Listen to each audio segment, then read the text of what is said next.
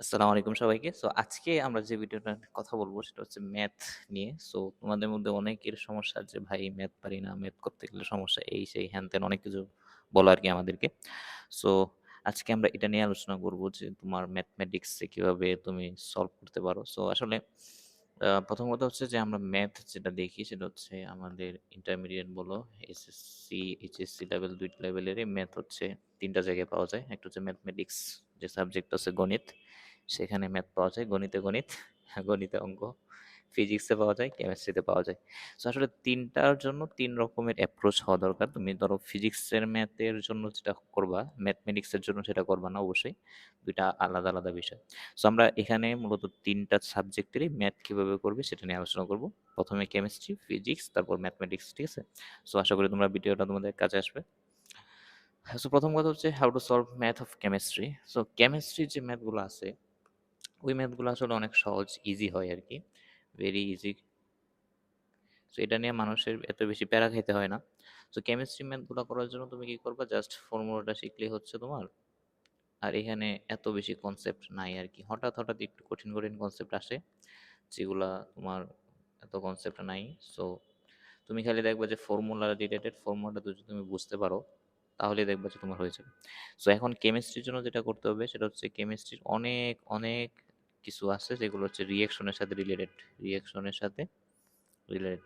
অনেকগুলো প্রবলেম থাকবে যেগুলো রিঅ্যাকশনের সাথে রিলেটেড থাকে। তোমাকে যদি ম্যাথ ভালো করতে হয় তাহলে এই রিঅ্যাকশনের অংশটা ভালো করতে হবে। অর্থাৎ তুমি যদি রিঅ্যাকশন না পারো তাহলে ম্যাথও পারবা না। তার মানে এখানে কেমিস্ট্রির জন্য যেটা করতে হবে, ফর্মুলা শিখতে হবে এবং ফর্মুলা কিভাবে আসছে ওইগুলো একটু শিখতে হবে। যেমন মনে করো ফার্স্ট পেপারের যে ৪ নাম্বার অধ্যায় আসছে, তারপর হচ্ছে সেকেন্ড পেপারে পরিমাণগত রসায়ন। ওইগুলো কিন্তু তোমাকে প্রথমে ফর্মুলার মেকানিজমটা বুঝতে হবে। তারপর এই রিঅ্যাকশনগুলো কিন্তু খুবই ইম্পর্টেন্ট। যে একটা রিঅ্যাকশন থেকে কিন্তু আমরা সিদ্ধান্ত নিই যে ম্যাথটা কিভাবে করব। স্টয়কিওমেট্রি বলো, যেকোনো কিছু বলো না কেন সে রিঅ্যাকশনের সাথে রিলেটেড। প্রথম কথা হচ্ছে তুমি যে ফর্মুলাগুলো কিভাবে আসছে, সে বড় বরক্রিয়ার সূত্র যাই হোক না কেন, ওই ফর্মুলাটা কিভাবে আসছে ওটা দেখবা আগে। যে পিএইচ নির্ণয় সূত্র বলো বা যে কোনো সূত্র। প্রথমে দেখবা যে ফর্মুলাটা কিভাবে আসছে এবং রিঅ্যাকশনগুলো ভালো করতে হবে। রিঅ্যাকশন ভালো করতে হবে আর ফর্মুলাগুলো শিখতে হবে, ঠিক আছে? সো প্রথমে দেখলো যে ফর্মুলাটা এইভাবে এইভাবে আসছে, দেন হচ্ছে তুমি ম্যাথ করা শুরু করো। দেখবা যে তুমি আশা করি পারবে। কেমিস্ট্রি ম্যাথগুলো খুব সহজ হয়। এটার জন্য আমাদের সাজেশন থাকবে যে তুমি প্রথমে দেখবা যে ফর্মুলার ডেরিভেশনটা কিভাবে ফর্মুলাটা আসতেছে। কারণ এটা আমরা অনেকে দেখি না, না দেখার কারণে দেখা যায় যে বেসিকটা ক্লিয়ার হয় না আর কি, বুঝতে পারছো? যে তখন ধরো নতুন একটা ম্যাথ আসলে আমরা করতে পারি না। সেই জন্য তুমি ফর্মুলাটা আগে দেখবা যে, যেমন ফার্স্ট পেপারের ৪ নাম্বার অধ্যায় বলো, হ্যাঁ, তারপর সেকেন্ড পেপারের পরিমাণগত রসায়ন বলো, সেকেন্ড পেপারে ফার্স্ট অধ্যায় বলো, যাই বলো না কেন, ফর্মুলাটা একটু দেখবা যে কিভাবে আসছে। আর হচ্ছে ওই রিয়েকশন রিলেটেড যেগুলো আছে রিয়েকশনগুলো তোমাকে ভালো করতে হবে, এমন যেন না হয় যে তুমি রিয়েকশন পারো না বা রিয়েকশনের সমস্যা, ঠিক আছে? কেমিস্ট্রি ম্যাথ বেশি সমস্যা হয় না আমাদের। এটা তোমাদের অনেকেই পারো আর কি, খুব ভালো। আবার অনেকে অনেক সমস্যা হয়, কারণ বিশেষত ওই যে পিএইচ নির্ণয় করতে গিয়ে দেখা যায় অনেকে অনেক প্যাচ লাগায় ফেলে। তারপর হচ্ছে অন্য আরো অনেকগুলা ম্যাথ আছে, এই পরিমাণগত রসায়নের ম্যাথগুলা করতে গেলে অনেকের সমস্যা হয়ে যায়, ঠিক আছে? এর জন্য তোমরা একটু ভালো করে দেখবা যে কিভাবে করা যায়। সো আশা করি বুঝতে পারছো। এখন হচ্ছে how to solve math of physics. সবচেয়ে সুন্দর ম্যাথ থাকে হচ্ছে ফিজিক্সে। এটা খুবই সুন্দর জিনিস। এখন ফিজিক্সে ম্যাথের জন্য সেম। তোমাকে আগে ফর্মুলা দেখতে হবে যে ফর্মুলা তোমাকে, এটা লিটারেলি তোমাকে মুখস্থ করতে হবে। এবং এটার জন্য নট নেসেসারি যে তোমার ডেরিভেশনটা, মানে তুমি একবার দেখবা, ডেরিভেশন এত বেশি দেখার দরকার নেই আর কি। ডেরিভেশন খুব দরকার পড়ে না, খুব দরকার পড়ে না। মানে ডেরিভেশনটা দেখলা এবং ওইখান থেকে কনসেপ্টটা ক্লিয়ার করলা, ঠিক আছে? ফর্মুলা মুখস্থ করবা, তারপর সে কনসেপচুয়াল চিন্তা ভাবনা করবা, ঠিক আছে? ফিজিক্সে সবচেয়ে বেশি কনসেপচুয়াল কোয়েশ্চেন আসে, যেটার কারণে কি হয় যে অনেকে কোয়েশ্চেন সলভ করতে পারে না। যেমন আমাদের একজন স্যার ছিলেন, উনি বলতেন যে ফিজিক্সে কোনো সময় ম্যাথ হুবহু কমন পড়বে না। কমন পড়বে সেটা হচ্ছে কনসেপ্ট। যে তুমি একটা কনসেপ্ট বুঝলা, যে ধরো তুমি একটা ম্যাথ করলা, যে ধরো কিসের উদাহরণ দেওয়া যায়, ধরো তুমি একটা সরণের ম্যাথ করলে, ঠিক আছে? সরণ। এখন দেখো যে সরণের ম্যাথের কনসেপ্ট কি, যে ধরো তুমি একটা প্লেনের মধ্যে আছো। এই প্লেন আর আরেকটা ধরো, দুইটা প্লেন, হ্যাঁ? সো একটা প্লেনের মধ্যে সরণ মানে হচ্ছে যে এখানে একটা পয়েন্ট, এখানে একটা পয়েন্ট। এই পয়েন্টের মাঝে সর্বনিম্ন দূরত্ব হচ্ছে একটা প্লেনের মধ্যবর্তী সরণ আরকি ২ টা পয়েন্টের। কিন্তু যদি এটা প্লেন ২ টা আলাদা, আলাদা হয় যে এখানে একটা পরে প্লেন মনে করো তুমি আছো এখানে নিচে ফ্লোরে আর তোমার মনে করো বাসার ছাদ একটা। সো ওই সময় কিন্তু তোমার বাসার ফ্লোর এবং ছাদের মধ্যবর্তী দূরত্বটাই সবসময় সরণ হবে। এখন তুমি এভাবে যাও, এভাবে যাও, এভাবে যাও, এভাবে যাও, এভাবে যাও, যেকোনো জায়গায় যাও না কেন তোমার সরণ কিন্তু এটাই হবে। দাঁড়াও আরেকটু বুঝাই। যেমন মনে করো এখানে আছো তুমি, এটা হচ্ছে তোমার বাসার ফ্লোর, একজন এখানে আছে একজন এখানে আছে। এখন অনেকে মনে করতে পারে যে এটা তার স্মরণ হবে, এটা তার স্মরণ হবে, কিন্তু অ্যাকচুয়ালি তুমি এখানে গেলেও তোমার স্মরণ হবে এই যে লম্ব দূরত্বটা, এখানে গেলেও তোমার স্মরণ হবে এই লম্ব দূরত্বটা। মানে যে কোনো জায়গায় যাও না কেন তোমার দূরত্ব হবে ফ্লোর টু ছাদের যে ফ্লোর টু রুফের দূরত্ব, ঠিক আছে? তো এটা হচ্ছে কনসেপ্ট। তো তোমার কনসেপ্টগুলো শিখতে হবে যে কিভাবে কনসেপ্টটা শিখলা, তারপর ওই কনসেপ্টটা কাজে লাগায় নতুন ম্যাথ কিভাবে সলভ করা যায় সেটা তোমাকে দেখতে হবে, ঠিক আছে?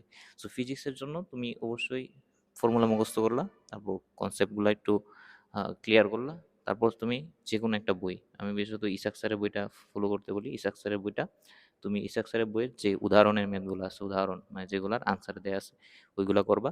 ওইগুলো করার পরে ইসাক স্যারের অনুশীলনীতে যাবা, ঠিক আছে? অনুশীলনীতে ম্যাথ করার চেষ্টা করবা। তারপর হচ্ছে কনসেপ্ট বুক আছে উদ্ভাসের, সো ওই কনসেপ্ট বুকগুলো পড়বা, কনসেপ্ট বুক। তারপর হচ্ছে ধরো মানে এটা পড়া দরকার আর কি। তুমি ধরো মেডিকেল স্টুডেন্ট হও, ইঞ্জিনিয়ারিং স্টুডেন্ট, যে কোনো কিছু হও না কেন তোমাকে এটা করতে হবে। অর্থাৎ ফিজিক্সের জন্য তোমাকে ফর্মুলাটা মুখস্থ করতে হবে, ফর্মুলার প্রত্যেকটা জিনিসের মিনিং কি, মিনিং, ঠিক আছে? ফর্মুলাতে কোনটা কি বোঝাচ্ছে এটা বুঝতে হবে, যে ফর্মুলাতে এটার উপরে বোঝাচ্ছে, ওইটা ওইটা বোঝাচ্ছে। আর ফর্মুলার কনসেপ্ট মানে এটা বোঝায়, সরণ মানে এটা, বল মানে এটা, যে বল F equal to M A, নাকি বল এফ ইকুয়াল টু হচ্ছে ডিপি বাই ডিটি, এগুলো শিখতে হবে। যে F equal to M A পড়ছো, তো আরেক জায়গায় ডিপি বাই ডিটি লাগতে পারে, DM VDM by DT plus M DB by DT, F সমান। সো তো দেখা গেছে তোমার রকেটের ম্যাথে জাস্ট তুমি সারা জীবন ম্যাথ করে আসছো যে এম ডিবি ডিটি, তো রকেটের ম্যাথে লাগে হচ্ছে বিডিএম ডিটি। সো এটা যদি তুমি আগে থেকে না শিখো তাহলে কিন্তু তুমি ম্যাথ করতে পারবে না। তার মানে তোমাকে ফর্মুলাটা খুব এলাবোরেটলি শিখতে হবে, ফর্মুলাটা কিভাবে আসছে, প্রত্যেকটার মিনিং কি, কখন কিভাবে ইউজ করে, এটা তোমাকে প্রথমে শিখতে হবে। দেন হচ্ছে তোমাকে ম্যাথ করতে যেতে হবে, মানে তোমার কনসেপ্টটা ক্লিয়ার করতে হবে। তারপর নতুন নতুন ম্যাথ আসলে ওই কনসেপ্ট কিভাবে কাজে লাগাইতে হয় সেটাও তোমাকে শিখতে হবে আস্তে আস্তে, ঠিক আছে? তারপর হচ্ছে ম্যাথমেটিক্স। তো ম্যাথমেটিক্সের ম্যাথে তো আমাদের এক স্যার ছিল মুনান স্যার, আমাদের এনডিসির। তো স্যার প্রথম দিনে এসে ক্লাসে বলছিল যে আসলে ম্যাথমেটিক্স কিছুটা মুখস্থ করা লাগে। তো এটা তোমাকে মানতে হবে যে আসলে আমরা যতই বলি না কেন যে তুমি বুঝে বুঝে পড়ো, বুঝে বুঝে অবশ্যই পড়বা, মানে বুঝে বুঝে মুখস্থ করা আর কি, যেটাকে বলে। সো ম্যাথমেটিক্স তোমাকে একটু মুখস্থ করতে হবে, মানে একটু মনে রাখতে হবে আর কি। সো মুখস্থ করাটা তোমাদের পছন্দ হবে না, সো এটা আমি কেটে দিই। সেটা হচ্ছে ম্যাথমেটিক্স তোমাকে মনে রাখতে হবে একটু, এটা একটু ইম্পর্টেন্ট বিষয়। তুমি যদি মনে রাখতে না পারো তাহলে সমস্যা। এখন মনে রাখার জন্য কি করতে হবে? এখন একটা তো হচ্ছে যে তুমি ম্যাথ করলা, ধরো তুমি 7.1 শুরু করলো, প্রথম পত্রে ট্রাইগোনোমেট্রি, ট্রাইগোনোমেট্রি অথবা ধরো ইন্টিগ্রেশন, হ্যাঁ, 10 নম্বর অধ্যায় ইন্টিগ্রেশন। সো এখন তুমি যদি ইন্টিগ্রেশন করতে চাও, তো ইন্টিগ্রেশন হাজার হাজার টাইপ আছে, তো হাজার হাজার টাইপ তোমার মনে রাখতে হবে, ঠিক আছে? তো এটার জন্য তুমি কি করবা, যে তুমি প্রথমে একটা ম্যাথ করলা, ঠিক আছে? ওই ম্যাথটা মনে করো প্রথমে একটা দেখলা যে এইটা এই টাইপের ম্যাথ, তো চেষ্টা করবা যে মানে তোমার যাতে করে কনসেপ্টটা ক্লিয়ার থাকে, এবং মানে একটু নিজে নিজে করার চেষ্টা করবে আর কি, এবং টাইপগুলো একটু মনে রাখতে হবে। সো এরকম না যে তোমাকে মানে সব তোমার মাথায় থাকবে বা তোমাকে এ করতে হবে। সো একটু মনে রাখার চেষ্টা করতে হবে ম্যাথমেটিক্স। আর এটা যারা মনে রাখতে পারে তারাই হচ্ছে ধরো ম্যাথের বস।